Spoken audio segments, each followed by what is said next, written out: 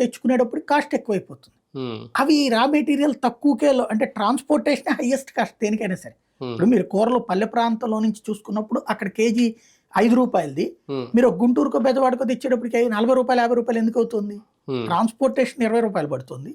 Broker, retailer, wholesaler, dealer. Um, అదే డైరెక్ట్గా port నుంచి ఇక్కడికి సరుకు వచ్చేసినప్పుడు ఉమ్, సింగిల్ ఇదే కదా. అవును, ఇక్కడ ఇండస్ట్రీ తయారైపోతే ఆటోమేటిక్ ఇది ఉంటుంది కదా. అంతే, ఈ అవును, పోర్ట్ బేస్డ్ డెవలప్ అవకాశాలు ఉన్నాయి మనకి. ఉమ్, దాన్ని ఇక్కడ ఆంధ్రాకి సస్టైన్ చేయడానికి ఇప్పుడు ఆ క్యారిడార్.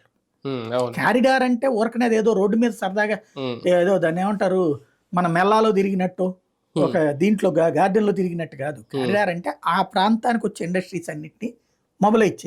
ఉమ్, అదే సందర్భంలో ఇంకొక బాధ్యతాయుతమైన పని చేసింది ఏంటంటే కొప్పర్తి, తర్వాత ప్రకాశం జిల్లా ఇదే ఓరవకల్లు, కొప్పర్తి, ప్రకాశం జిల్లా ఇట్లాంటి చోట్ల పెట్టేటువంటి సజ్జలు.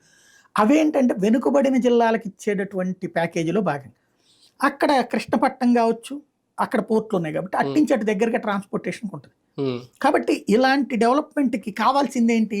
ప్రైమరీగా ఇన్ఫ్రాస్ట్రక్చర్. ఉమ్, ఆ ఇన్ఫ్రాస్ట్రక్చర్కి ఇక్కడ ఇన్వెస్ట్ చేయగలిగిన స్థాయిలో ఉన్నాయా ప్రభుత్వాలు, రాష్ట్ర ప్రభుత్వాలు? ఉమ్.